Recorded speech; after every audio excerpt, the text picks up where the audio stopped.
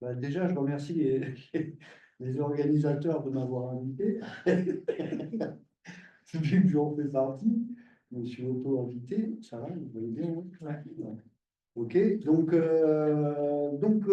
alors surtout, je veux pas arriver à la fin en étant le grand témoin je pourrais éventuellement faire quelques parallèles avec toutes les conférences, toutes les communications qu'on a pu entendre, mais j'avais pas inscrit mon intervention un peu comme une sorte d'état du colloque.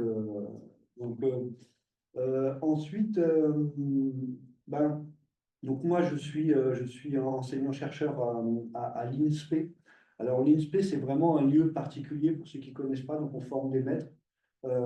Et donc, c'est vraiment un lieu magnifique d'articulation entre la recherche, puisqu'on a un laboratoire dans l'INSPE qui s'appelle le CREF, qui veut dire contexte, recherche et ressources en éducation et en formation. Donc, c'est un laboratoire qui réunit des enseignants, chercheurs de différentes disciplines et qui ont comme point commun de s'intéresser à la contextualisation. Donc, on a des profs d'EPS, enfin des enseignants, des chercheurs en EPS, en sociologie, en psycho, en anthropo, en didactique des maths, des sciences, des langues. Et on a tous comme point commun de réfléchir à comment contextualiser son enseignement dans des territoires qui sont parfois en décalage.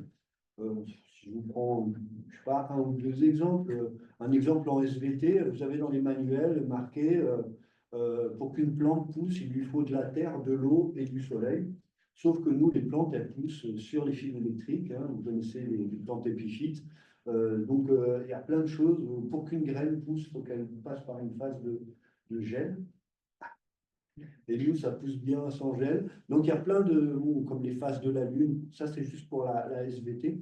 Mais vous avez plein de décalages qu'il y a entre la réalité, alors langagière, écologique, historique, culturelle, et l'enseignement. Donc, on s'intéresse à ça. Et on se rend compte qu'en fait, euh, eh ben, cette problématique-là, elle est partagée dans le monde éducatif d'un point de vue universel, quoi. Et donc, cette recherche rencontre la formation, puisqu'on forme des maîtres, et rencontre aussi le terrain, puisqu'on est beaucoup en relation. Je ne sais pas si vous connaissez le système français, mais nous, on est obligé de travailler, enfin obligé, on est invité à travailler avec des tiers terrains. Des tiers terrains, c'est des gens qui sont devant les élèves et qui viennent former les maîtres. On est obligé d'avoir un tiers de la formation qui soit donnée par des gens du terrain. Donc, il n'y a pas que les gens de l'université qui forment les enseignants. Après, je ne sais pas si vous avez toutes ces informations-là et si ça vous est vraiment utile. Donc, moi, j'ai commencé par m'intéresser à la place du créole en éducation physique et sportive en Guadeloupe. J'ai fait ma thèse là-dessus et j'ai analysé la place de la langue créole dans cette discipline scolaire et les effets de l'usage du français versus créole sur des processus cognitifs, moteurs. Ensuite, je suis passé dans d'autres territoires. J'ai travaillé un an en Haïti, toujours sur la même problématique. Ensuite, sur Saint-Martin, sur la Guyane. Et je me suis ouvert à d'autres territoires et à d'autres disciplines pour travailler d'un point de vue un peu général sur comment gérer les langues dans les interactions. Donc, dans les interactions, je suis aussi sorti un petit peu de l'école pour travailler sur les interactions entre français et créole dans les SMS, dans les affiches, dans les relations entre patients et soignants. Actuellement, par exemple, j'encadre une thèse sur les policiers en Guadeloupe, comment ils gèrent leur intervention avec le public dans la gestion des langues français et créole. Donc, on voit que cette réalité, forcément, elle pénètre toutes les professions, puisque c'est une réalité euh, du terrain, ce plurilinguisme. Le monolinguisme devient l'exception. Et donc, il s'agit de voir comment on peut réfléchir à la prise en compte de ce plurilinguisme. Et donc, je vous propose une communication qui invente un nouveau, après les FLE, les FLI, les FLS, je fais le mien, hein. Donc, le FL2C, donc le français, langue en contact et en contexte, qui reprend le titre de notre colloque. Alors, finalement, les questions de départ, donc c'est le Conseil de l'Europe nous dit comment promouvoir, c'est ce que nous dit le Conseil de l'Europe, promouvoir un enseignement des langues les faisant interagir entre elles. Ça, bon, voilà, 2022, on a cette intention, en tout cas du Conseil de l'Europe, d'amener un enseignement qui amène les enseignants et les élèves à essayer de travailler sur l'interaction entre les langues. Donc, dans quelle mesure, là où les langues premières peuvent devenir une ressource dans les apprentissages, on l'a vu plusieurs fois en termes de répertoire langagier, comment on peut mettre en regard un peu les systèmes linguistiques, lexicaux, grammaticaux et compagnie, pour essayer de développer les compétences métalinguistiques et cognitives chez les élèves. Est-ce qu'on peut prendre la prise en compte de la variation du français, alors sans forcément de contact ou avec du contact avec d'autres langues? Comment enseigner le français à des personnes qui évoluent dans un environnement où plusieurs langues sont utilisées quotidiennement? Et enfin, est-ce qu'on peut s'appuyer sur les variations du français au contact d'une autre langue, sur un territoire donné, et auprès d'une population ayant un répertoire langagier bilingue, plurilingue, relativement partagé par l'ensemble de la population? Parce qu'en fait, ces contextes sont très différents. Le contexte, vous parliez tout à l'heure, Mathéo, de l'occitan, du corse, c'est très différent de la Guadeloupe.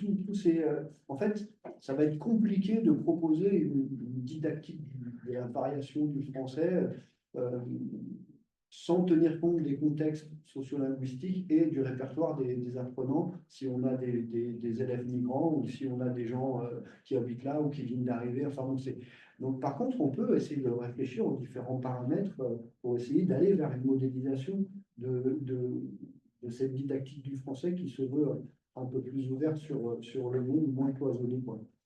Donc, les objectifs, vous présentez certaines actualités, bref historique des politiques éducatives, pour aller vers les Outre-mer français, pour vous présenter un petit peu ce que c'est. On a vu tout à l'heure avec notre collègue Vanessa que tout le monde ne connaît pas les Outre-mer français.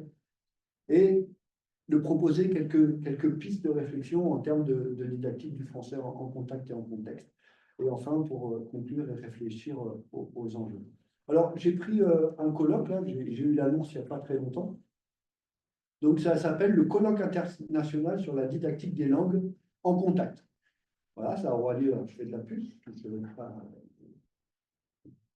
d'argent pour ça, hein, en novembre 2025. Et donc, la question, c'est quel rôle pour la langue première, dans l'enseignement des langues vivantes régionales? Là, déjà, moi, je ne comprends pas. Et je comprends. Mais dans ma situation, c'est compliqué parce que, en fait, la langue première pour les enfants en Guadeloupe ou en Guyane ou en Martinique ou en Polynésie, souvent la langue première, c'est plutôt en Guadeloupe, c'est plutôt une langue double, c'est-à-dire un français et un créole. Ils entendent ça. Ce qui parle le plus, c'est quand même le français, les enfants jusqu'à l'adolescence. Donc, la langue première, si c'est le français pour l'apprentissage des MVR, on est à l'inverse de l'usage du créole pour apprendre le français, mais on est sur l'usage du français pour apprendre le créole. Ça peut être intéressant. Sauf que pour certains, les langues vivantes régionales, c'est leur langue première. Et enfin, les langues premières pour l'enseignement du français en FLE. Bon, là, on voit le lien entre les répertoires langagiers des élèves allophones et l'apprentissage du FLE. Quand on prend le titre de notre colloque, alors on a mis 4 grands thèmes: français en contact, français en contexte, perspective linguistique et perspective didactique. Alors, premièrement, le français en contact. OK, donc en contact, de quel français on parle?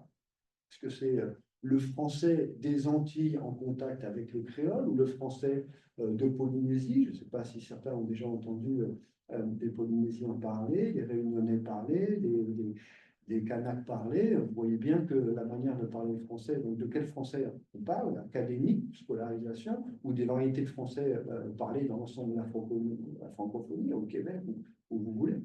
En contact avec quoi? Alors, avec les autres langues parlées à la maison, et pas forcément celles du territoire, les les autres langues enseignées à l'école, ou encore les variétés de français parlées selon les régions. Et puis, en plus de ça, mais il n'y a pas que le français qui est en contact. Les autres langues en présence sont aussi en contact avec le français. L'échange ne se fait pas que dans un sens. Alors, le français en contexte. De quel contexte on parle? Des régions, des territoires, des pays, dans un contexte géographique, des contextes familiaux, scolaires, professionnels. On l'a vu avec un langage qui serait ajusté aux professions que l'on souhaite exercer. Des contextes informels. On m'a fait un peu la distinction tout à l'heure entre l'oral et l'écrit, donc les contextes oraux, écrits, multimodal. Donc, bon, ça. En fait, notre titre était vraiment pas clair. J'ai eu besoin enfin, il était très ouvert, au contraire. Je pense que les gens qui sont là Oui, ont bien compris. On allait parler quand même. Alors, ils ont tous pris le contexte selon et le contact selon. Donc, alors après, le contexte, on a eu quelques définitions qui nous ont été données. Pour moi, le contexte, c'est un ensemble de paramètres qui forment un environnement dans lequel se déroule une situation. Alors, quand on donne une définition, il y a d'autres mots qu'il s'agit aussi de définir. Donc, des paramètres de quelle nature? Donc, il s'agit, à chaque fois qu'on parle de contexte, de préciser la nature de ce contexte, s'il est géographique, professionnel, éducatif, social, linguistique, enfin ce que vous voulez. Et puis enfin, la situation. Et c'est là où je voudrais insister sur la combinaison de deux éléments dans la situation. Une situation, c'est premièrement des conditions extérieures, donc un ensemble de paramètres, et des dispositions intérieures. On peut appeler ça des contextes internes. Ici, on est dans une situation où vous avez chacun dans vos têtes des dispositions intérieures, plus ou moins fatigué, plus ou moins motivé, plus ou moins ce que vous voulez. Et puis, vous avez trois fenêtres, donc ça, c'est les conditions extérieures, il n'y a même pas de lumière. Et en fait, ces conditions, alors ça ne va pas évoluer. Nous, nos dispositions intérieures vont évoluer au cours de la situation. Et donc, en fait, on va reconfigurer en permanence. Donc, cette situation, elle est évolutive, elle est dynamique. Donc, un contexte, c'est tout ça. C'est un ensemble de paramètres, mais c'est aussi... On parlait tout à l'heure de macro, méso, micro. Okay. Là, on est dans un contexte micro. Okay. Et puis, on a un ensemble de micro-contextes aussi dans vos têtes qui participent à cette situation et à la formation de ce contexte. Quand on prend les perspectives sociolinguistiques, on les a vues un petit peu aujourd'hui, on a deux grandes approches, les approches qui sont plutôt structuralistes et grammairiennes qui disent, si on prend l'exemple de Vanessa, tiens, potomitan, c'est un emprunt lexical au créole, en français, donc qui structure qui décrit les structures linguistiques. Vous avez plutôt les approches interactionnelles ou fonctionnalistes qui tentent davantage de montrer les différents rôles, significations des changements linguistiques au cours des interactions en fonction des interlocuteurs. Mais finalement, ces deux types d'approches, elles ont toujours la langue comme référence. Ah tiens, quand je suis énervé, je parle créole. Donc la langue de l'émotion. Donc voilà, on est sur cette langue-là qui est rattachée à une certaine fonction. Mais finalement, on n'est pas... On pose des frontières qui sont artificielles et on n'est pas sûr, comme le propose l'Église, de voir davantage des pratiques langagières plurilingues hétérogènes. Bon, ça fait un peu plus long mais en tout cas, de concevoir le langage comme une pratique sociale et de ne pas avoir une vision linguistique. Guy nous parle de bricolage. Dans cette perspective sociolinguistique, comme je vous l'ai dit, les structuralistes, ils envisagent soit l'alternance des langues, intraphrase, interphrase, intralocuteur, traductive ou continue, consciente ou non, volontaire, des mélanges de langues, avec des superpositions de certains aspects, et enfin des fusions de langues, des entrelangues, des interlègues, des interlangues historiques. Là, on est dans un espèce de, comment on va dire, d'interaction, de mélange entre différentes langues codifiées qui se structurent, qui se stabilisent et qui deviennent finalement des systèmes autonomes. Alors, toujours dans ces perspectives plus fonctionnalistes, on a des fonctions en fonction des situations pour compenser, pour marquer une identité, pour être pragmatique, pour structurer son discours. On va passer d'une langue à une autre. Et à l'école, ce que j'ai pu repérer, c'est qu'en gros, il y a deux grandes fonctions. On va alterner ou mélanger ou utiliser des variations, soit pour apprendre une notion, donc une fonction didactique, soit pour gérer sa classe, donc une fonction pédagogique. Donc, cette utilisation d'alternance ou de variation ou de français régional, de ce que vous voulez, finalement a un effet sur la concentration, la curiosité, l'attention, la mémorisation, la compréhension, l'écoute, en fait, sur tous les processus qui sont mobilisés lors d'un apprentissage. Alors, sur l'évolution en didactique des langues, je crois que même si en tout cas en France, je trouve qu'on reste sur des pratiques très traditionnelles, on est passé de différents types de méthodes et on accorde de plus en plus d'importance finalement au répertoire des élèves. Donc de plus en plus, on part moins de l'écrit et on essaye de prendre plus en compte le déjà-là linguistique des élèves. En tout cas, c'est ce qui semble être affiché en termes d'intention institutionnelle, en tous les cas.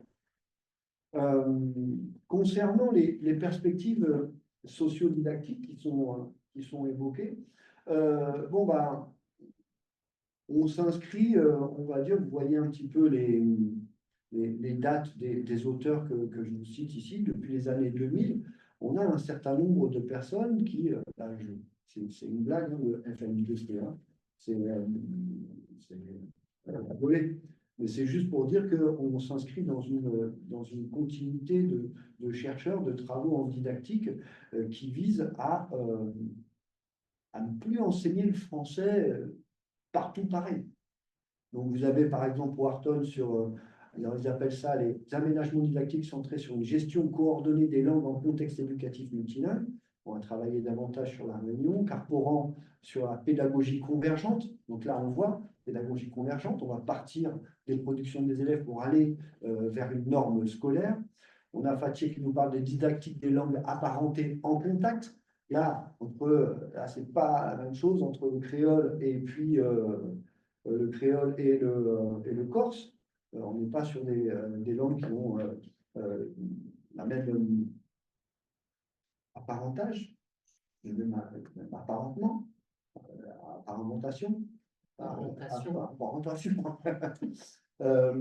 Donc, c'est pas la même chose de penser une didactique du français en milieu créolophone enfin, voilà, c'est pas la même chose. Didactique adaptée pour Chaudonçon, on parle de didactique des langues contextualisées pour Blanchet-Chardonnay, où là, on a une approche beaucoup plus ouverte sur les contextes extérieurs, de choisir ce qu'on fait rentrer dans la focale pour l'enseignement, mais aussi du répertoire des élèves. Donc là, on a Prudent qui parle de pédagogie de la variation, donc qui parle de partir de la parole des élèves et de décortiquer tout ça. Ah, tu dis ça comme ça, est-ce qu'on peut dire ça autrement? Alors là, on est sur un éveil de la conscience, de l'appartenance. C'est ce que disait Hélène peut-être tout à l'heure quand elle disait à Mathéo, ah, mais c'est quand tu parles à quelqu'un d'autre que tu te rends compte que finalement tu utilises des mots que l'autre ne comprend pas, qui appartiennent peut-être à ta culture et pas à quelqu'un d'autre. Comme potomitan. Potomitan, on va l'utiliser constamment. En Guadeloupe, c'est un mot assez commun. Hein. D'ailleurs, c'est pour ça que même en parlant à Vanessa, cette fille-là, enfin cette dame qui était interrogée, a utilisé ce mot-là parce que ça fait partie du vocabulaire commun, mais elle s'est rendue compte que l'autre ne comprenait pas. Marielle nous parle de sociodidactique des langues et des contacts de langue, ou encore les travaux de Juliette Sainton et de Jean-David Belloni sur l'adaptation de la didactique du français en situation de créolophonie. Alors, j'avais la même chose pour les pays anglo-saxons, mais je vais vous éviter. Mais en fait, ces réflexions-là, elles sont partagées depuis une vingtaine d'années. Donc on essaye de réfléchir à la prise en compte de ce répertoire et des contextes dans lesquels on enseigne. En France, ça n'a pas été vraiment le cas. Au départ, l'utilisation des idiomes locaux était interdite. Il faut attendre 51, la loi d'Exxon, pour qu'on accorde une place à certaines langues régionales. Depuis 81, on commence à accorder une place aux langues et aux cultures régionales. On va avoir des circulaires en 82, 83 qui vont viser à sauvegarder ces langues régionales. Sauf que le créole, il n'est pas à sauvegarder. Alors bon, vous avez Bernabé qui parle de décréolisation quantitative et qualitative. Il y a de moins en moins de gens qui parlent le créole et il y a de moins en moins de gens qui parlent un bon créole, selon lui. Je vais vous montrer que, au final, 9 Guadeloupéens sur 10 parlent le créole de manière régulière. C'est les enquêtes migration, famille, vieillissement de 2023 qui montrent ça. Donc tous les jours. Donc les Outre-mer, toutes les langues régionales ont eu des CAPES.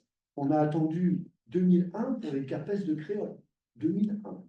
50 ans après le basque, l'occitan et le breton. 50 ans. Parce qu'on ne disparaissait pas. Donc les situations en Outre-mer, elles sont très différentes. Avec des reconnaissances plus ou moins de certaines langues. C'est très compliqué en Guyane. Alors bon, en 89, on essaye de lancer les LCR, langue et culture régionale, mais au final, l'éducation nationale, elle ne nous donne que 2 possibilités. En France, hein, on a 2 possibilités. On a soit un enseignement optionnel des langues régionales, ou soit un enseignement bilingue. C'est le seul espace, c'est les seuls espaces où on peut faire rentrer la variation et des langues régionales dans l'école. En tout cas, c'est ce qui est affiché par le ministère. Sauf que si on regarde plus en détail, on se rend compte que dans le Code de l'éducation, on est passé de profs du primaire qui pouvaient avoir recours aux langues régionales pour enseigner le français à, en 2013, tout enseignant du premier degré et du second degré a l'autorisation d'utiliser les langues régionales dès lors qu'il en tire bénéfice pour son enseignement. Ça veut dire que potentiellement, n'importe quel enseignant en France peut utiliser la langue régionale de son territoire pour enseigner, sans forcément rentrer dans un cadre d'enseignement bilingue. Le Code de l'éducation en vigueur, l'article en vigueur depuis 2022, on peut avoir des approches pédagogiques spécifiques au profit des élèves. Alors, ils en ciblent 3, les créolophones, les Amérindiens et les Mahorais. Alors, les créolophones, ça comprend la Martinique, la Guyane, la Guadeloupe et la Réunion. Les Amérindiens, essentiellement la Guyane, et les Mahorais, la Guadeloupe. On retrouve aussi dans les programmes de 2015, c'est le titre, établir des contacts entre les langues. Établir des contacts entre les langues. Comparer certains aspects des fonctionnements des langues apprises ou connues, dont le français. Développer des stratégies de passage et de transfert d'une langue à une autre. Bon, en fait, on a tout sur le plan institutionnel. On a des travaux de chercheurs. On a des autorisations institutionnelles, des lois qui nous autorisent, autant les enseignants que les programmes, le Code de l'éducation, qui nous autorisent à faire de la didactique du français en contact.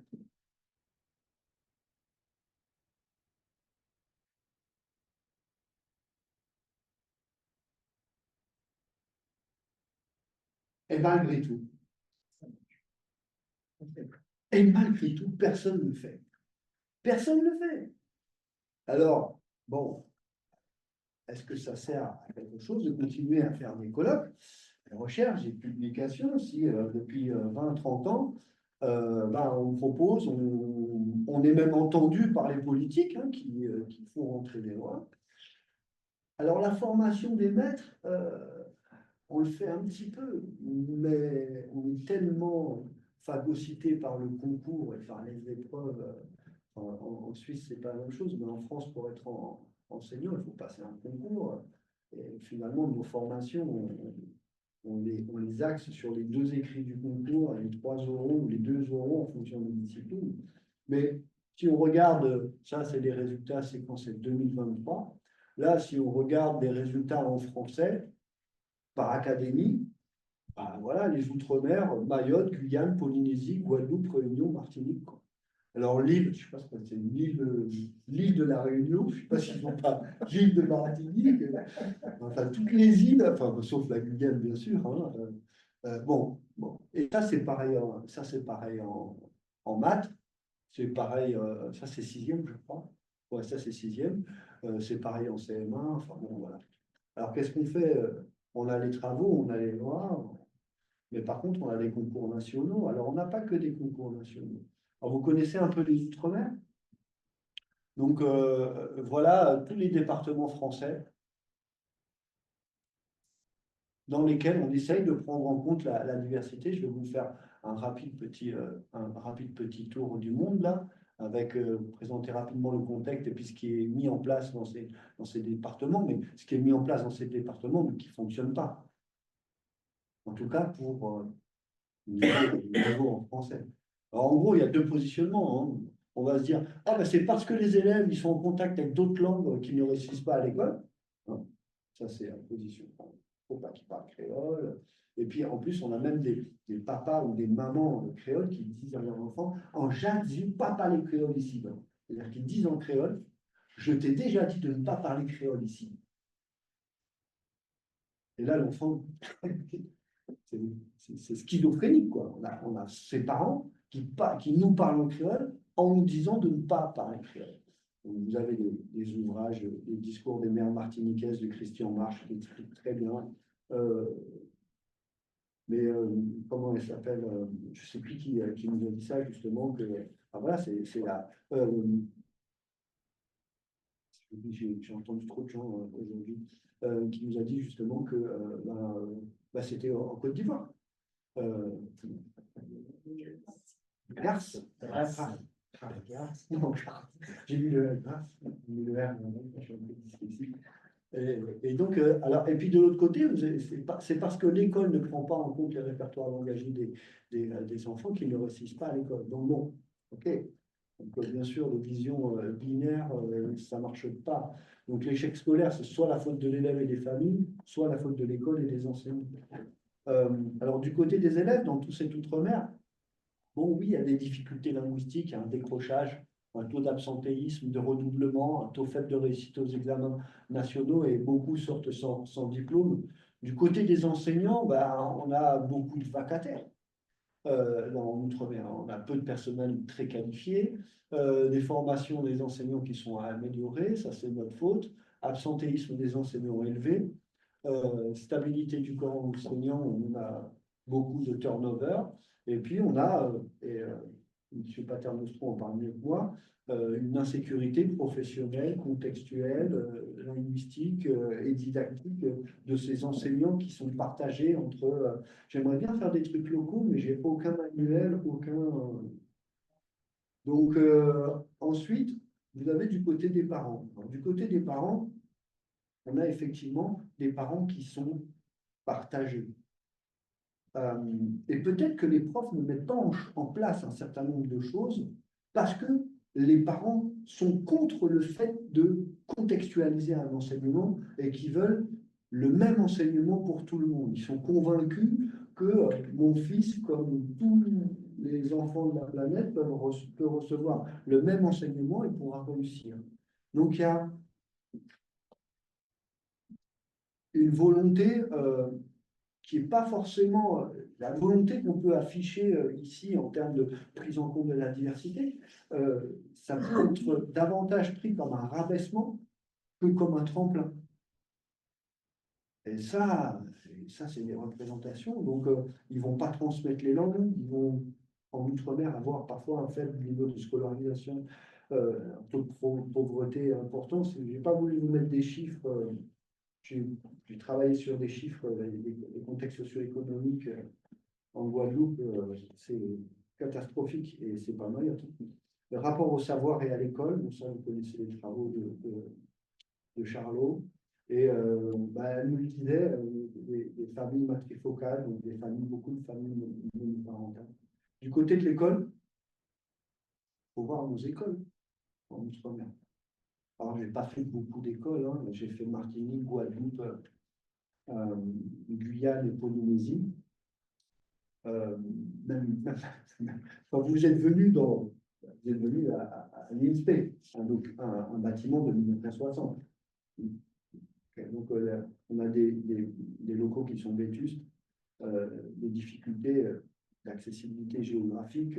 Quand je ne vous parle pas des enfants sur le fleuve en Guyane qui doivent aller à l'école et qui mettent 3 heures, je vous parle juste de mes enfants qui se levaient à 4h30 du matin pour prendre le bus à 5h30 pour commencer à 7h. Des programmes scolaires qui sont éloignés des réalités, des politiques éducatives qui ont des problèmes de continuité, et enfin des systèmes ultramarins qui se sont développés, par exemple en Guadeloupe, c'est à partir de 1946, de la départementalisation. Donc c'est des systèmes qui sont encore un peu jeunes. Alors, les dispositifs sur l'ensemble de ce territoire, on a les LVR, on a le bilingue, on a les didactiques du plurilinguisme qui sont un peu mis en place. L'usage des langues locales pour l'enseignement du français, c'est très peu fait, même pour les DNL, disciplines non linguistiques. On a la prise d'exemples locaux pour enseigner les mathématiques, des journées ou des semaines dédiées au créole ou aux langues régionales. On a parfois un peu des profs qui mettent en place des parcours d'éducation artistique et culturelle où ils valorisent des éléments culturels du territoire ou des projets pédagogiques. Alors, Wallis et Futuna, c'est 2 îles, il y a 2 langues. La plupart des enfants sont non créolophones à l'entrée à l'école. Et puis, en fait, ce qu'on fait, c'est que de la petite à la grande section, donc on leur fait 50% de français, 50% de langue, soit le wallisien, soit le futunien. Et à partir du CP, on fait 100% français. Et ensuite, 1 heure hebdomadaire optionnelle au collège et au lycée sur les langues régionales. En Polynésie, on a 7 langues. Alors là, on a une triglossie, puisqu'on a le français qui domine, le tahitien qui domine les 6 autres langues polynésiennes. Donc là, intéressant, les profs des écoles ne peuvent être recrutés qu'à partir du moment où ils passent une épreuve en tahitien. Et ils ont l'obligation, ce n'est pas optionnel, ils ont une obligation d'enseigner 2h30, voire 5 heures dans certains établissements de tahitien. La réalité, sur le terrain, c'est que les profs, comme la majorité des autres enseignants, considèrent que on va favoriser le français et les mathématiques. Et au final, c'est pas sur le papier, c'est 2h30, mais dans la réalité, c'est peu fait. En Nouvelle-Calédonie, vous avez 28 langues. Alors là, c'est un territoire un peu spécifique où ils ont monté un projet éducatif de Nouvelle-Calédonie où là, on a l'ambition de créer une identité calédonienne, mais ce qu'on retrouve peut-être un petit peu en Côte d'Ivoire, c'est qu'il y a une grande diversité de langues, 28, et donc c'est pas la même chose pour créer une école commune. Donc on est davantage orienté vers la culture que vers la langue. Le Shimaoré et le Kibushi à Mayotte, bon, là, il n'y a rien. Il y a une doctorante qui assure quelques expérimentations bilingues, mais bon, c'est peu mis en place. La Guyane, alors là, c'est encore autre chose. La Guyane, donc la gestion de la diversité en Guyane, c'est 70% des enfants qui ne parlent pas français avant d'arriver à l'école. Donc à 3 ans, ils ne parlent pas le français. Donc, 7 élèves sur 10. Bon, il y a 40 langues parlées, une grande hétérogénéité, et ensuite, il y a une grande différence entre le créole qui est depuis 86. Alors, pour le créole guyanais, le CAPES a eu lieu en 2001, mais il n'y a pas de reconnaissance des autres langues, Kamina, le Panico, le Teco, donc comme langue régionale. Alors, depuis 2008, on a créé des classes bilingues en Ngetango, en Kamina et en Mong. Mais voilà, à La Réunion, français et créole, on dit souvent que La Réunion, c'est le territoire où on parle le plus le créole. Et c'est un créole qui est plus proche du français, donc en termes de langue apparentée, par rapport au créole guadeloupéen, martiniquais ou guyanais. Donc voilà, il y a des habilitations, on enseigne le créole au premier et au second degré. Alors, au premier degré, c'est très aléatoire, hein. Il suffit que ton prof il soit habilité. Toi, tu n'as pas décidé que ton enfant il les découvre ou pas. Moi, mes enfants, ils ont eu des fois des profs qui étaient habilités, qui ont donné des cours de créole, des fois pas, des fois. Et puis quand tu leur demandes au collège s'ils veulent prendre créole, pourtant je suis un fervent défenseur du plurilinguisme et de la créolité, ils m'ont dit non, hein. Ils n'ont pas pris créole au collège ni au lycée. Enfin, en Guadeloupe, en 2001, je vous l'ai dit, 10% des élèves qui suivent un enseignement, ils sont un peu plus nombreux en Martinique. Et alors, Saint-Martin, vous connaissez Saint-Martin et Saint-Martin-Île? C'est une petite île où, alors eux, c'est un truc de fou parce que eux, ils parlent anglais, français, ils ont une grosse immigration haïtienne de Saint-Domingue, donc espagnol et créole haïtien. Mais la majorité des échanges se font en anglais. Alors, c'est pas l'anglais de Londres, hein, c'est un anglais saint-martinois. C'est une sorte de créole à base lexicale anglaise. Et en fait, ils enseignent l'anglais comme une langue vivante étrangère. Parce que l'anglais saint-martinois n'est pas reconnu par le ministère de l'Éducation nationale comme une langue vivante régionale. Donc, on est sur des profs d'anglais qui te disent j'aurais tellement voulu qu'ils ne parlent pas l'anglais saint-martinois pour que j'en puisse leur apprendre le bon anglais. Et ça, vous avez finalement cette idée que la table rase, j'aurais préféré qu'ils ne sachent pas parler le français et que tu apprennes le français, de bonnes règles de grammaire. Et je ne comprends pas, tu ne peux pas te servir. Quand même, en termes de lexique, il est mieux que quelqu'un qui n'a pas été en contact. En fait, c'est tout un travail de déconstruction pour lui, en termes phonologiques, en termes syntaxiques. Voilà, donc alors ils ont monté en place des dispositifs bilingues français-anglais, mais ce n'est pas l'anglais saint-martinois, c'est l'anglais de. Vous voyez bien que cette adéquation, elle est extrêmement compliquée. J'en suis à combien de temps? Ah oui. Donc, est-ce qu'on peut aller vers essayer de voir tout ce qui peut être fait en FLE, en Outre-mer, sur la prise en compte de ces répertoires, pour aller vers une didactique du français langue en contact? Bon, si c'est affiché comme ça veut dire que bon, l'objectif, il est clair, hein, il est d'apprendre le français, quel que soit le chemin, parce que je pense qu'il n'y a pas effectivement qu'un chemin, et pourtant, la majorité de nos profs n'en prennent qu'un. On va dire, allez, 10% qui font des choses différentes de ce que leurs profs leur ont fait. Donc, est-ce qu'on peut réfléchir à des principes, des choses qui, en tout cas, après une quinzaine d'années de recherche un petit peu sur ces problématiques-là, voilà, moi, à quoi j'arrive. Et puis, bien sûr, tout ce que je dis a déjà été dit ailleurs et je me permets de reprendre aussi un certain nombre de pistes. La première chose, c'est ce que je trouve le plus intéressant dans la pédagogie de la variation de Proudhon, c'est de ne pas stigmatiser les écarts à la norme scolaire. C'est-à-dire partir des productions d'élèves, car pour on va parler de pédagogie convergente, mais convergente, ça veut dire que j'efface.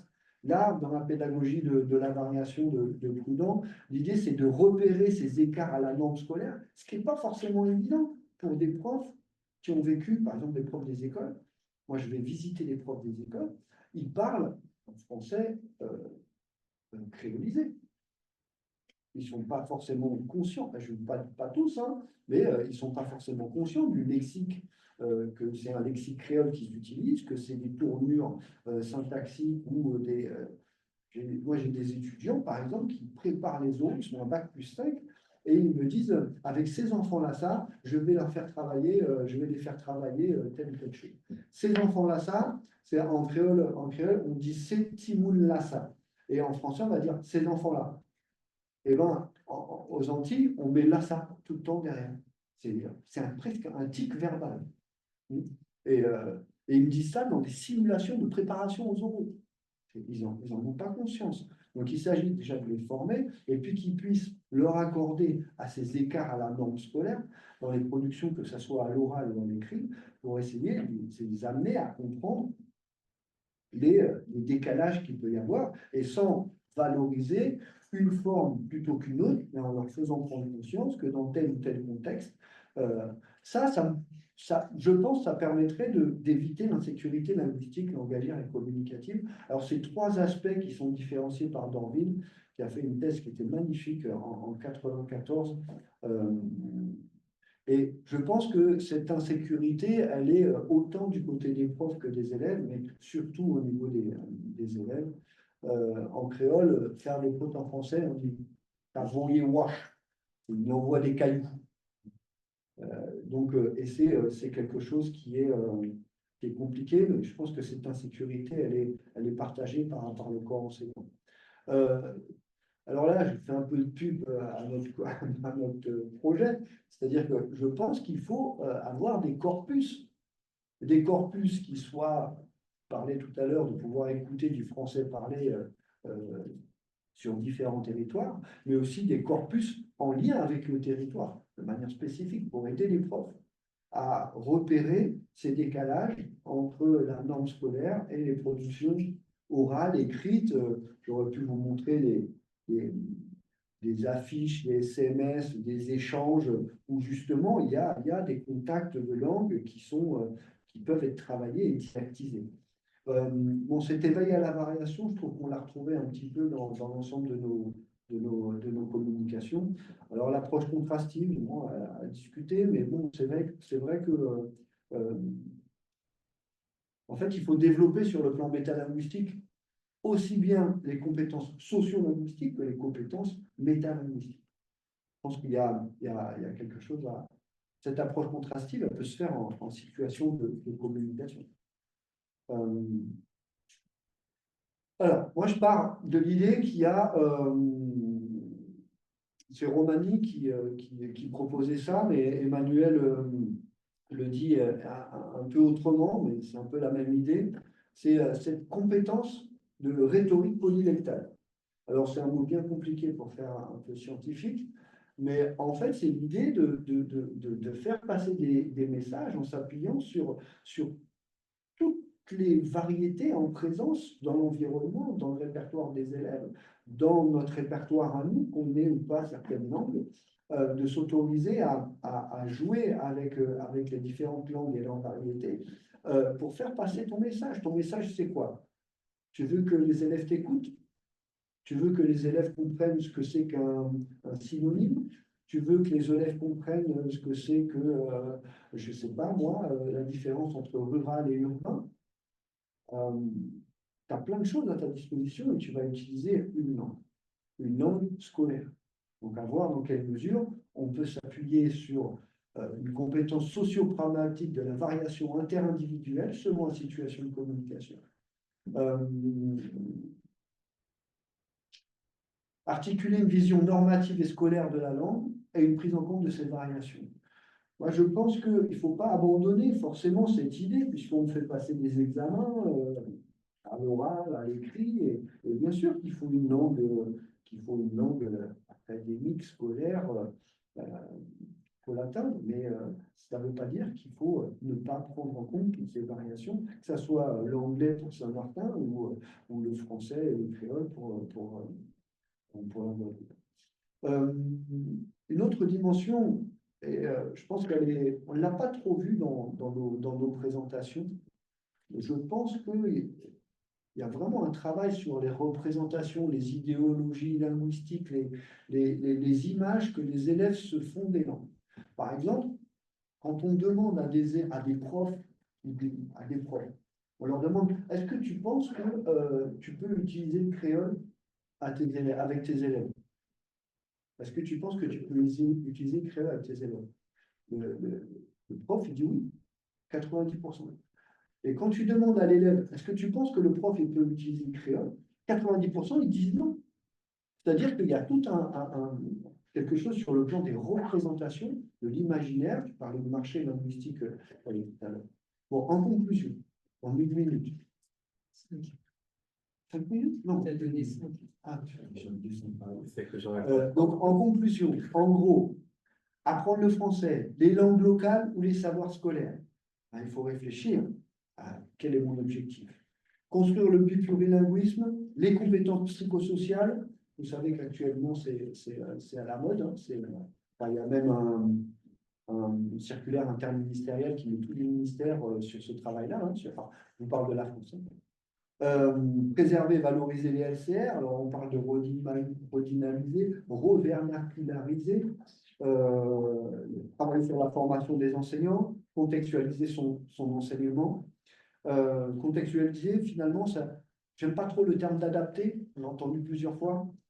Pour moi, adapter, il y a toujours un peu cette idée de rabaissement. Pour moi, c'est bien un ajustement, davantage, je veux dire, un ajustement des pratiques et des outils au contexte externe, interne et institutionnel, en vue d'atteindre des objectifs qu'on se fixe. Et je pense qu'il faut discuter avec les élèves de cette possibilité d'usage des langues et que ça ne soit pas forcément quelque chose qui soit imposé et vécu, encore une fois, comme une imposition, mais quelque chose c'est-à-dire qu'on puisse s'autoriser mutuellement à utiliser d'autres langues que le français. Ça, j'ai déjà dit. En conclusion, je voudrais reprendre 2 termes qui ont été utilisés aujourd'hui par Christelle et puis par Madame Rispagne, également, Marielle, pardon, et Marielle. Donc, bien sûr, derrière, il y a un rapport de domination. Il y a une histoire coloniale, alors pas sur tous les territoires, hein, mais derrière ça, il y a quand même quelque chose qu'il va falloir mettre sur la table. Donc, est-ce qu'on peut dépasser ce prototype occidental d'enseignement, ces programmes qui nous sont imposés par Paris? Alors, il y a plusieurs courants, hein, les approches décoloniales, la décolonisation du et par le curriculum, les curriculums culturellement situés, l'autochtonisation et indigénisation des savoirs, ou la contextualisation didactique et curriculaire. Pour moi, et c'est très bien dit par Molinari et Paternostro, c'est finalement pour essayer à un moment donné, de remettre la périphérie au centre de notre focale didactique. Et cette périphérie, c'est la périphérie de l'élève, c'est la périphérie autour de soi, mais c'est aussi pour le centre, comme le fait un petit peu Vanessa, de donner à écouter pas que du français de Paris, mais aussi du français parlé dans la périphérie. Des enjeux éthiques, épistémologiques, scientifiques, didactiques, psychologiques, institutionnels, et bien sûr en termes de formation. Et là, c'est toujours une mauvaise idée de présenter des choses de manière dichotomique comme ça, mais plutôt comme un continuum. Et je vous laisse regarder ça plus tard. Voilà.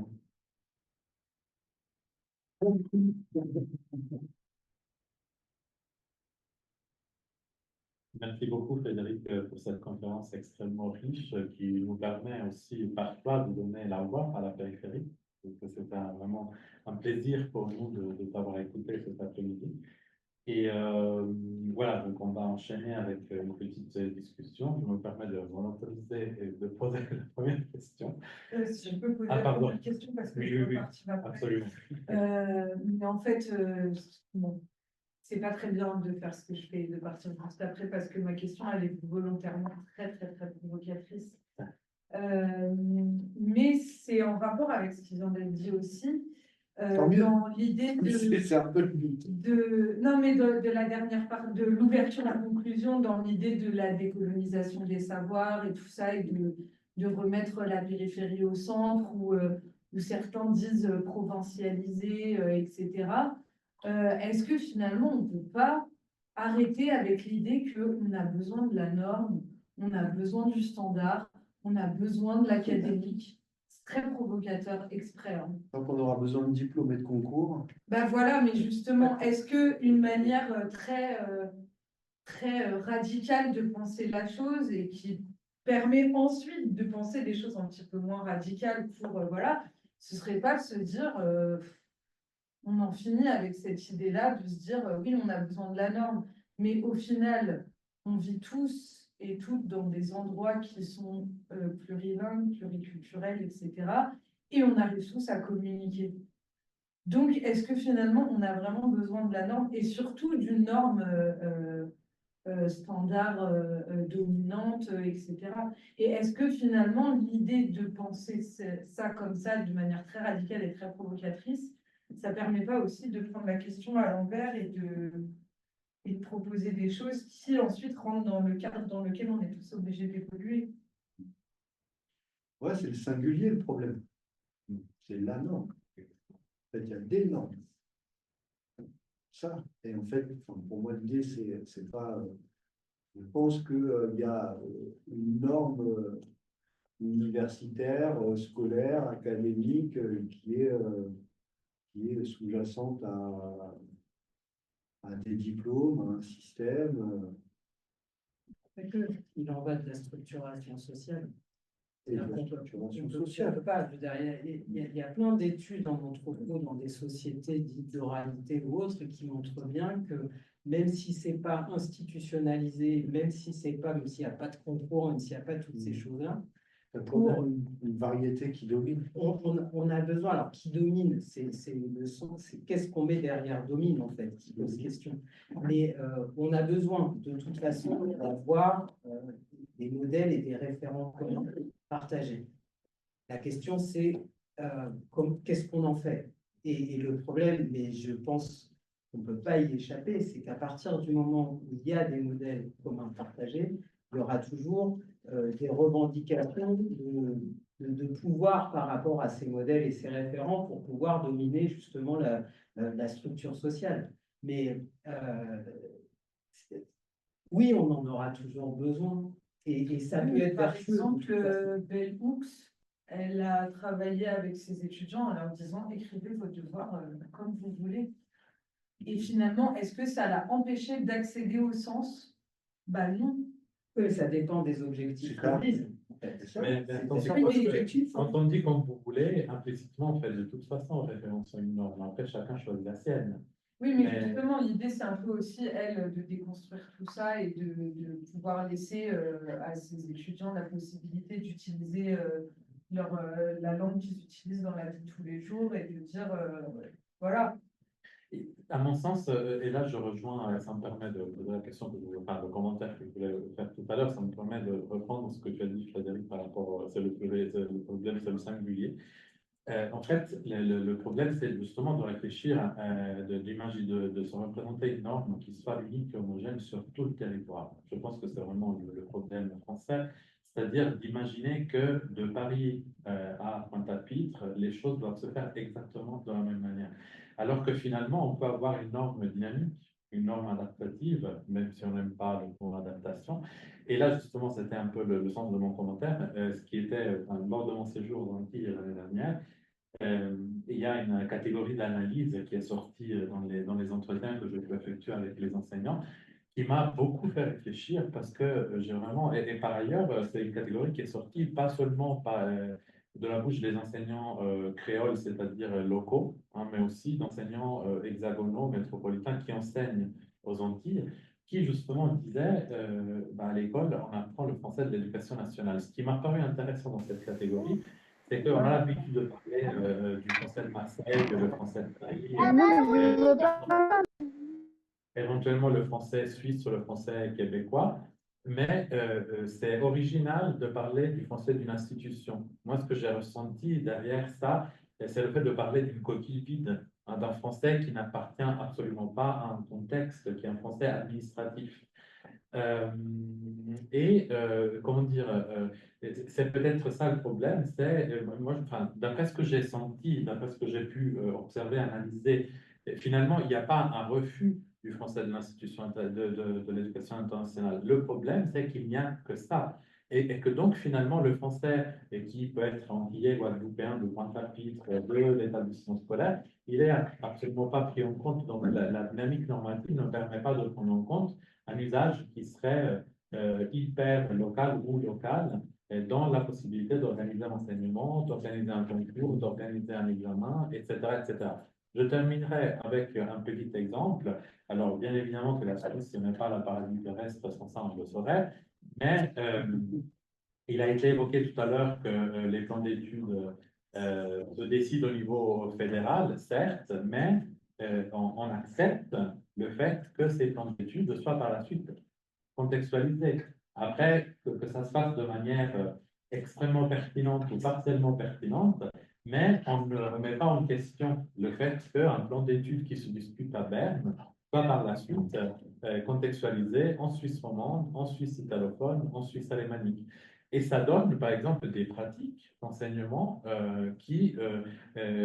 alors si je donne un exemple issu du Tessin, mais je pourrais donner aussi par analogie quelques exemples qui viennent de Suisse romande, mais il y a des personnes qui sont beaucoup plus qualifiées que moi pour le faire. Par exemple, au Tessin, on a un emploi local de l'italien qui se distingue de la norme italienne, mais les enseignants tessinois, en tout cas, je ne parle pas des enseignants italiens qui enseignent au Tessin, n'iront pas sanctionner certaines formes qu'on peut utiliser à l'écrit en italien dans une dissertation parce que ce sont des formes qui sont considérées comme standards au Tessin. Je pense à la forme, par exemple, a dipendenza. En italien d'Italie, on dirait une funzione. Hein, a dipendenza, on le comprend, mais ça paraît étrange. Alors que tous les Tessinois disent a dipendenza, on l'écrit dans les journaux, on l'écrit dans les textes écrits. Et à l'école, on ne se permettrait pas de le sanctionner ou de dire que c'est faux. Hein.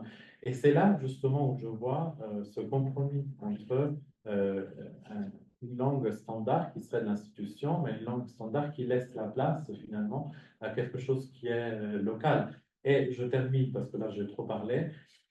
Tu me confirmeras si je me trompe ou pas. Mais lorsqu'en plus, à côté de ce français vide, hein, Jean-François de Piètre, que je salue, il est connecté, il parle d'un français neutralisé en parlant de la Réunion. Donc, à côté de ce français vide de l'éducation nationale, on propose un créole qui est conçu comme une langue vivante régionale. Certes, elle est régionale, mais elle est vivante, c'est-à-dire étrangère, selon les catégories françaises, qui est construit, dont les programmes sont construits sur le CECRL. Hein, donc, c'est ça que je te demande de confirmer, si c'est vrai que c'est construit sur le CECRL. Ça veut dire que finalement, on propose un enseignement du créole à des enfants qui, pour la plupart, parlent déjà créole à l'école, en commençant du niveau A1, du niveau A2, du niveau B1, comme si ces enfants-là n'étaient pas créolophones. Et là, on voit toute la contradiction finalement, hein, parce qu'on ne propose pas l'enseignement du créole comme une langue co-maternelle, mais on va proposer un enseignement du créole comme langue étrangère parce que c'est la seule catégorie que la norme de l'éducation nationale permet d'utiliser pour enseigner le créole. Ouais, tout à fait. Sont basés sur les programmes de créole, sont basés sur le CECR. Et ils n'ont rien d'autre. Mais bon, ils n'ont pas le manuel. Hein. Ça fait plus de 20 ans. Hein, pourtant. Il y avait des documents pédagogiques, des supports. Mais, non, non, ils n'ont pas d'autres bases. Mais après, ce qui est sûr, c'est qu'ils ne commencent pas en A1, A2. Quoi. Ça monte tout de suite en B1, B2. Après, après, il y a encore cette dimension, je disais un petit peu tout à l'heure, psycho-affective par rapport à l'usage du créole dans le cadre scolaire qui est dur à casser aussi. Mais en termes de compréhension orale, ils comprennent tout. N'importe quoi.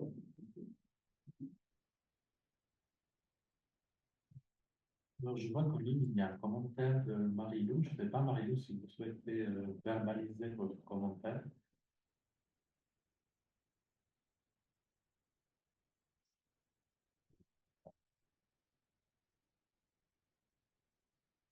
On va parler actuellement. Ah, ok. Alors, je le lis. Je me permets d'ajouter des petites précisions sur le contexte calédonien et wallisien-froutonien. Une partie du système éducatif à Wallis-Futuna dépend du rectorat de la Nouvelle-Calédonie, qui lui-même dépend de la France hexagonale. Aussi, depuis moins de 5 ans, il est question d'ajouter la langue et culture kanak au baccalauréat en Nouvelle-Calédonie. La question est toujours en suspens à l'état de chantier. Cela montre la relégation de ces questions éducatives et linguistiques au second plan dans des espaces sous tension. La question identitaire est toujours très brûlante en Nouvelle-Calédonie. Merci Marie-Lou pour ces infos de dernière minute. Est-ce qu'il y a d'autres commentaires? Question, Mercedes sur les Ah oui. Merci Égère pour tes commentaires. Ma collègue de Guadeloupe. Il y a deux. Alors, deux questions en ligne. Jérôme Mercedes, si vous voulez prendre la parole. Esteban. Oui, oui, oui. Vous m'entendez? Esteban, comment Oui, vas-tu? merci beaucoup, Monsieur Ancio, pour votre présentation. Et comme d'habitude, c'est très intéressant ce que vous avez présenté. Alors, je vais déjà... Mon doctorant, il ne peut pas dire autre chose. Mais oui, oui, oui. Alors, je voulais déjà ajouter des choses. Après, je voulais vous poser une question pour avoir en fait, votre réponse. Alors, vous avez parlé de l'anglais saint-martinois et que, en fait, pour les systèmes, pour l'éducation nationale, cet anglais n'est pas reconnu. Du coup, c'est un anglais en langue étrangère. Et moi, je suis allé parce que à l'époque, je devais aller aux États-Unis. Il y avait un grand nombre d'Américains qui disaient qu'ils pouvaient communiquer sans problème avec les Saint-Martinois, avec l'anglais qu'ils parlent. Du coup, dans la réalité, cette langue, c'est une langue comme n'importe quel anglais.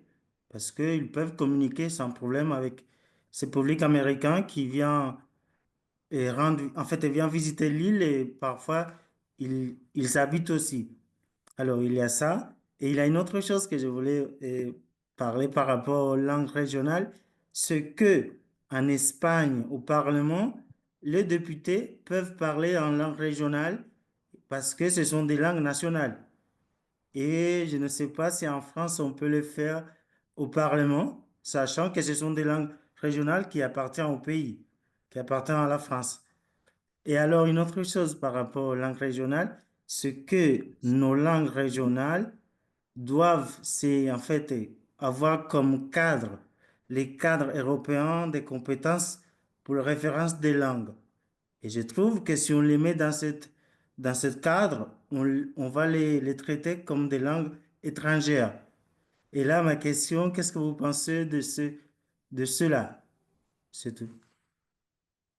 Moi, je déjà pas mal. Merci Esteban. La première chose, c'est qu'il y a une intercompréhension entre l'anglais et l'anglais saint-martinois, c'est sûr, c'est sûr. Comme il peut y avoir une intercompréhension, on a essayé avec les étudiants de Roberto hier, quand je leur parle créole, ils comprennent, il a une base lexicale française. Donc on ne comprend pas tout, mais on comprend, il y a le contexte, il y a un certain nombre de choses qui vont faire qu'on va comprendre. Donc oui, il y a une intercompréhension. Le problème qu'il y a, c'est pas tant qu'ils puissent se comprendre entre des Américains et des Saint-Martinois. Le problème, c'est qu'est-ce que fait ce prof d'anglais qui n'est pas forcément saint-martinois et qu'est-ce qu'il fait de l'anglais saint-martinois au sein de la classe. Ben, ce qu'il fait, c'est qu'on dit, on dit pas ça comme ça, on ne prononce pas ça comme ça. Voilà, c'est la place de cette variation de l'anglais. Et je pense que bon, toi, tu es d'origine de Saint-Domingue et ton espagnol de Saint-Domingue, c'est pas l'espagnol d'Espagne, quoi. C'est pas celui de l'Amérique du Sud ou. Non, c'est pareil, c'est pareil. C'est un espagnol caribéen. Oui, oui. Donc il y a une intercompréhension, mais il y a peut-être en termes de lexique, de syntaxe. Et puis après, bon, sur la langue et la politique, en fait, il faut faire la distinction entre les langues de France et puis les langues régionales, et puis entre la langue officielle. C'est la collectivité de Martinique qui, l'année dernière, a essayé de rédiger son rapport d'assemblée en créole. Et ça a été refusé par le tribunal, ouais, je crois que c'est ça, non, par le préfet, pardon, par le préfet. Donc ils ont été obligés, donc ils ont rédigé en créole un rapport d'assemblée qui disait qu'ils avaient le droit de parler le créole. Et le préfet a refusé, a refusé cet arrêté. Je ne sais plus, c'est pas un arrêté, c'est une sorte de circulaire. Donc après, les politiques, ils parlent créole tout le temps. En tout cas, les politiques guadeloupéens, même dans les assemblées, ça parle créole. Mais par contre, dès qu'il s'agit de passer sur un document officiel, tu es obligé de rédiger ça que en français. Et puis après, sur le CECRL, on en a déjà discuté un petit peu avec Roberto. Oui, je pense qu'il y a juste une adaptation logique à faire au regard des compétences visées, mais c'est pas. Bon, maintenant, ils ont regroupé langues vivantes étrangères et régionales. Donc, on est sur des langues vivantes, effectivement, mais on est sur des niveaux qui sont pas les mêmes, quoi. Au départ, mais à l'arrivée. Il y a une autre question de Yann Descheux. Oui, bonjour, vous m'entendez? Oui. Ça fonctionne? Oui, merci Frédéric pour ce panorama très instructif sur la diversité des réalités. J'avais une question très précise, enfin, qui m'est venue vraiment pendant votre présentation. Quand on voit la diversité des réalités, je me rends compte que il semblerait que l'institution soit finalement très contradictoire. Elle est censée aider et en même temps elle pose problème parce qu'elle impose une norme qui est trop, enfin, qui manque justement de diversité. Alors, ma question, c'est de savoir comment vous voyez l'avenir pour cette didactique du français langue et quel obstacle vous y voyez. Voilà, vous voyez à cela. Merci. Merci Yannick. Alors, je n'ai pas pensé à prendre ma boule de cristal avant de le dire, mais sinon je vous aurais dit ça. Non, mais comment je vois l'avenir? Moi, je dresse quand même un constat. Alors, moi, j'ai commencé à travailler sur le créole en 97. Il a été reconnu en 2001 et j'ai soutenu ma thèse en 2003. Et donc, quand je demandais j'analysais l'usage du créole à l'école par les profs de PS, le créole n'était pas encore reconnu comme une langue régionale. Donc, il y a des évolutions. Là, par exemple, la collègue, c'était qui Marie-Lou, qui nous parlait de Nouvelle-Calédonie. Donc voilà, il y a l'idée qu'on va faire rentrer progressivement les langues. Donc il y a une évolution. Je pense que on a des recherches, on a des interstices institutionnels et officiels qui nous permettent d'expérimenter des choses ou de pratiquer des choses. Maintenant, je pense qu'en termes de formation, alors que moi-même, je suis un acteur de ça, je n'ai pas assez de place, mais je ne peux pas faire que ça, parce que les profs des écoles, il faut qu'ils connaissent l'histoire géo, il faut qu'ils connaissent les maths, on n'a pas que l'éveil à la diversité, quoi, on n'a pas que ça à faire non plus. Mais bon, après, c'est des postures. Après, je pense que, je parle pour ce que je connais, c'est-à-dire la France, je pense qu'on est dans un système encore très ancré dans ses traditions, et qu'on a du mal à faire bouger les représentations et les pratiques. Je pense. Voilà. Et les obstacles, je laisse ma collègue Emmanuel en parler. Et sur les obstacles. Ouais, ça allait dans la suite, mais je ne vais pas te couper la Pardon, parole. je pas Si on pense effectivement à l'évolution des choses, on n'ira pas bien loin, à mon avis, si justement on est dans une vision qui serait soit le centre, soit les périphéries. Et je fais exprès de rebondir du coup sur ce que tu disais. Et d'ailleurs, alors avec tout le respect que j'ai pour les auteurs de cette citation, remettre la périphérie au centre, moi je suis pas sûr que ce soit ça qui nous permette vraiment d'avancer. En fait, ce qui nous permettrait d'avancer, c'est de se dire, il n'y a pas de centre s'il n'y a pas de périphérie, et il n'y a pas de périphérie s'il n'y a pas de centre. Et notre réflexion, je pense que c'est vers ça qu'elle doit aller, c'est-à-dire non pas se dire, on abandonne l'idée d'une norme et d'un centre, parce que s'il n'y a pas de centre, il n'y a pas de périphérie. Mais surtout de réfléchir au fait qu'il n'y a pas de centre sans périphérie, il n'y a pas de périphérie sans centre. Et notre réflexion, elle doit aller sur l'articulation entre les deux. Non pas renoncer à un modèle qui fonctionne comme ça, parce que de toute façon, encore une fois, on en a des études depuis le début du XXe siècle qui nous montrent que les sociétés fonctionnent comme ça. Mais pour éviter justement la récupération, comme je disais tout à l'heure, en termes de domination du centre, c'est vraiment dans nos travaux, à quelque niveau que ce soit, de réfléchir à l'articulation et une articulation saine entre centre et périphérie. Alors, c'est limite, ce serait la phrase de fin pour ouvrir un peu en philo. Je me permets, avant de passer la parole à Françoise, de préciser que les auteurs dans cette phrase, ce qu'ils voulaient dire, et si on remet les choses dans le contexte, c'est qu'en fait, que chaque périphérie peut devenir centre dans son contexte. C'est ça. En fait, la phrase n'est pas finie. C'est la périphérie, remettre la périphérie au centre des périphéries. Des périphéries. Voilà, c'est-à-dire avoir une approche contextuelle qui permette de changer de centre quand c'est nécessaire. Non, pour rebondir là-dessus, mais ça va tout à fait dans son sens, et j'aimerais rappeler une notion qui avait été amenée par Christophe Soufferer, qui était venu donner une conférence ici, je crois que c'est Christophe, sur l'abandon de la notion de centre et périphérie, mais pour celle de polycentrisme ou de pluricentrisme. Donc un français où il y a plusieurs centres. Donc c'est pas la norme unique, mais de prendre en compte le fait que des normes peuvent exister, mais qu'il peut y avoir une norme propre, qui soit une norme locale, une norme régionale, mais disons la notion même d'existence des écarts, de ce qui est acceptable, des représentations qui se font, elle existe, on ne peut pas abolir. Donc l'idée que tout le monde fait comme il veut, avec une pratique totalement individuelle, est une totale utopie.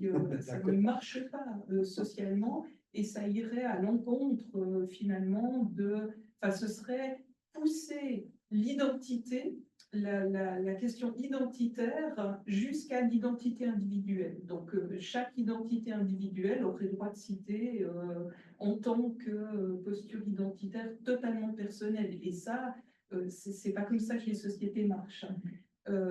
Par contre, l'idée qu'il puisse y avoir des Français avec des centres, oui, et c'est comme il y a l'anglais américain, l'anglais saint-martinois, plusieurs anglais possibles, ce qui est plus accepté dans le monde anglophone, plus accepté dans le monde hispanophone, et puis pas tellement répandu, pas suffisamment connu dans le monde francophone. Mais cette idée de français pluricentrique, je crois bien qu'elle vient de Christophe, ou alors c'est Saint-Gilles.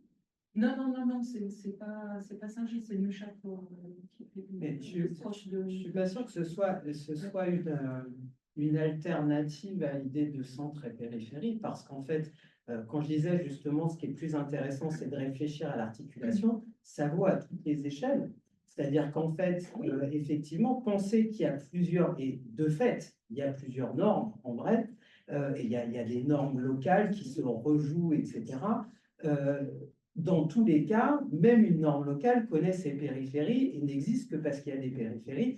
Donc en fait, c'est pas une alternative, ça va avec. Ça rentre dans le même, j'ai envie de dire, dans le même appareillage théorique, voire épistémologique, quoi. Oui, mais c'est des est-ce qu'il notions est qui vont avec. possible de s'en passer complètement? Ah non, c'est pas. Je pense pas. Ah bah non, bien sûr. Et c'est pour ça que ce à quoi il faut réfléchir, c'est justement comment s'articule, comment articuler de façon saine et sans, encore une fois, faire intervenir la notion de domination, le centre et ses périphéries, parce qu'en face, l'un ne va pas sans l'autre. Et l'idée, ce serait d'y réfléchir de façon horizontale et pas de façon verticale. Et c'est ça, je pense qu'il est là notre défi, il est là notre enjeu.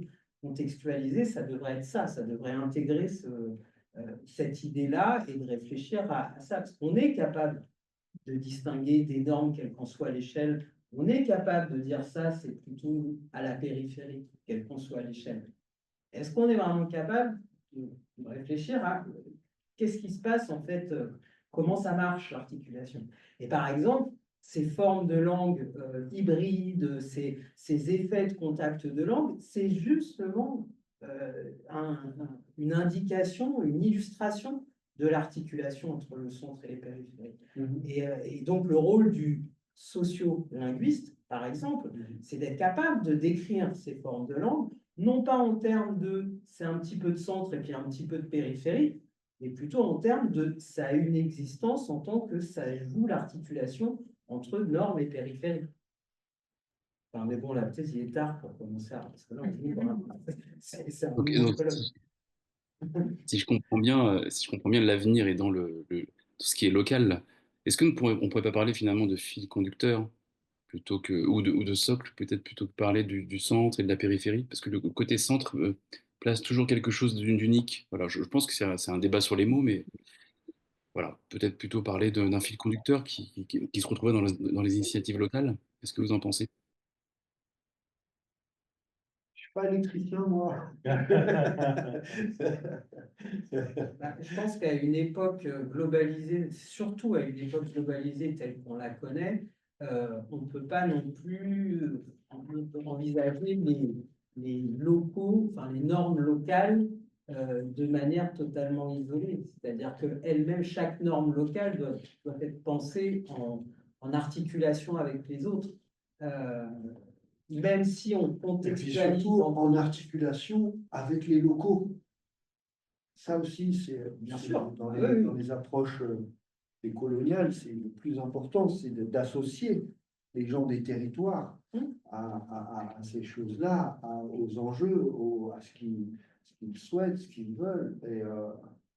Et là, bon, là, on peut pas faire la même chose que Paris fait avec les Outre-mer. C'est-à-dire que moi, je vais pas arriver en disant voilà comment il faut faire à tel ou tel endroit. C'est sûr qu'on ne peut pas avoir ce type de posture-là, et sinon on va reproduire d'une façon, mais c'est compliqué, hein. C'est compliqué de sortir de parce que bon, est-ce qu'on est dans... Non, mais il ne faut pas que je rentre dans ce... C'est des... Non. Alors, on a peut-être une toute dernière minute pour la toute dernière question. Je vois qu'il y a une main levée, Marie. J'aimerais bien qu'on invite Jean-David.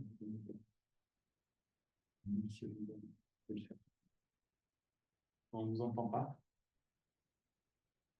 Pas qu'il a le micro. Sinon, faites des signes.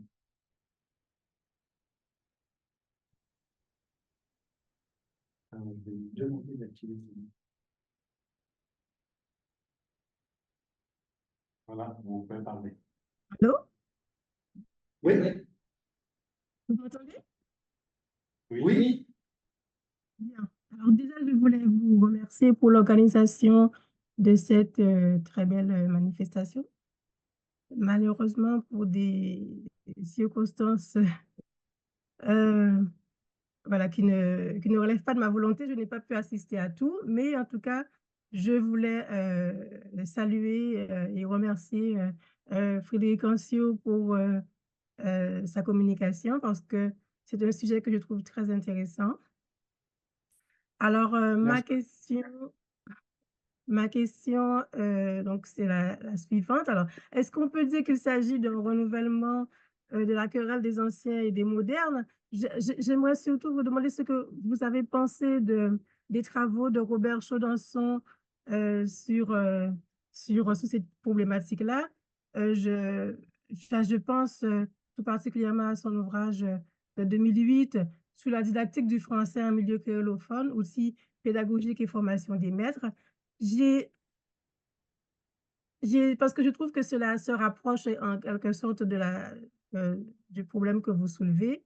Et donc, voilà, donc c'était pour savoir quel est votre avis là-dessus. Oui, ben, j'ai été structuré par Chaudenson, hein, ces lectures en termes de connaissance du système, enfin, des contextes créolophones et en termes de perspectives didactiques, voilà, ces travaux ont été extrêmement structurants. Je ne sais pas si vous étiez là tout à l'heure, mais effectivement, ça fait partie des travaux euh, qui, depuis les années 2000, envisagent une didactique du français ajustée à certaines caractéristiques des territoires ou des répertoires des élèves. Donc, bien sûr, j'inscris tout à fait mes travaux dans la continuité de ces réflexions-là. Alors après, il y a des objectifs qui sont peut-être pour moi un peu différents. Euh, pour moi, c'est pas simplement pour bien apprendre le français scolaire, toute cette prise en compte du répertoire des élèves. C'est aussi pour rendre visible l'invisible. Ah, je suis fatigué, là. Je sens que je commence à dire des choses. Je vais faire des incantations bientôt. Non, mais c'est pour rendre visible à l'école les invisibles. Quand on voit Marielle qui nous montre des fleurs de langue, c'est pour faire exister dans l'espace scolaire des langues qui n'ont pas le droit de citer, des cultures qui n'ont pas le droit de citer, des choses qui sont.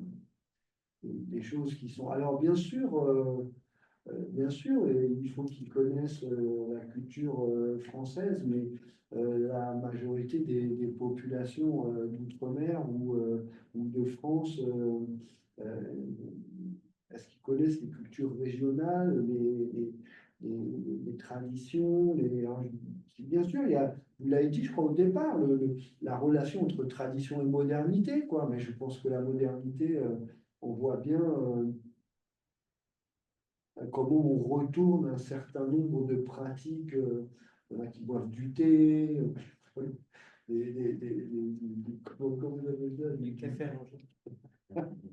du bissap, bon, voilà, sur les pratiques. Bon, voilà, moi je pense que la tradition et la modernité sont pas opposées, quoi. Et qu'on peut tout à fait vivre dans la modernité avec ces traditions et faire des traditions aussi des objets d'enseignement et de faire.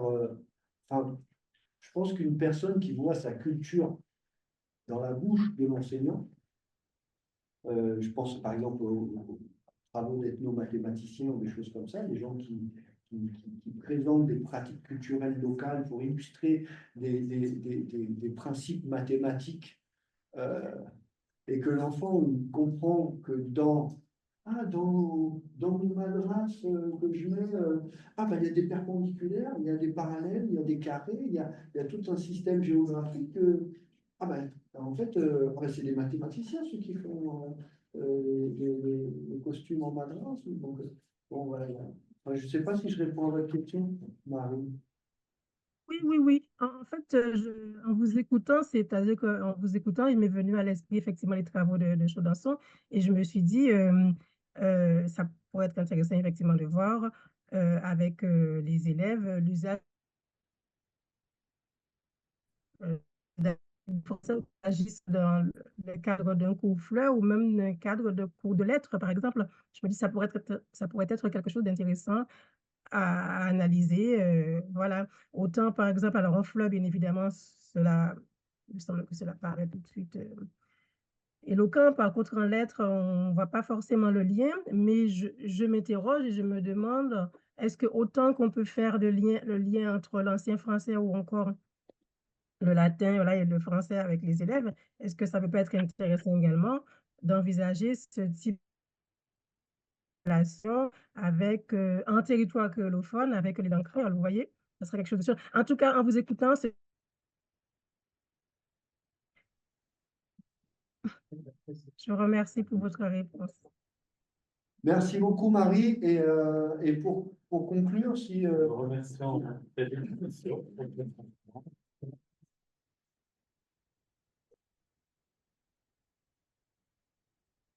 et pour conclure, j'aurais bien aimé entendre Jean-David. On pense très fort à toi, c'est le quatrième organisateur de ce colloque. Et il est tout à fait dans la continuité des travaux de Chaudenson en termes de didactique adaptée du français en milieu créolophone. Et alors, je ne sais pas si tu veux prendre la parole, Jean-David. En tout cas, tu nous manques. Bonsoir à tous. Très rapidement, c'était juste pour saluer la qualité des échanges d'aujourd'hui. Effectivement, je n'ai pas pu me déplacer, être avec vous, mais j'ai suivi le plus possible les échanges et j'ai trouvé, je confirme aussi, que ton intervention de fin a pu justement faire une synthèse très intéressante et le lien, et puis le débat sur remettre finalement l'humain aussi au centre de la question, puisqu'on l'a vu, à chaque fois on est pris par des contraintes en lien, respecter ce que l'institution demande, les attentes, etc. Et les enseignants, les premiers, sont enfermés aussi dans ces contraintes institutionnelles. Et on oublie aussi la dimension humaine et le lien, la fameuse articulation dont parle Emmanuel, c'est aussi ça. C'est la réalité de la langue, de la vie. C'est que les choses ne sont pas simplement dans des cases et il faut prendre aussi en compte la réalité et l'intérêt de l'aspect communicatif et ce à quoi aussi sert la langue. Donc voilà, voilà, je ne vais pas en dire plus. En tout cas, merci beaucoup pour ces échanges et bravo pour cette journée, cette belle journée. Donc,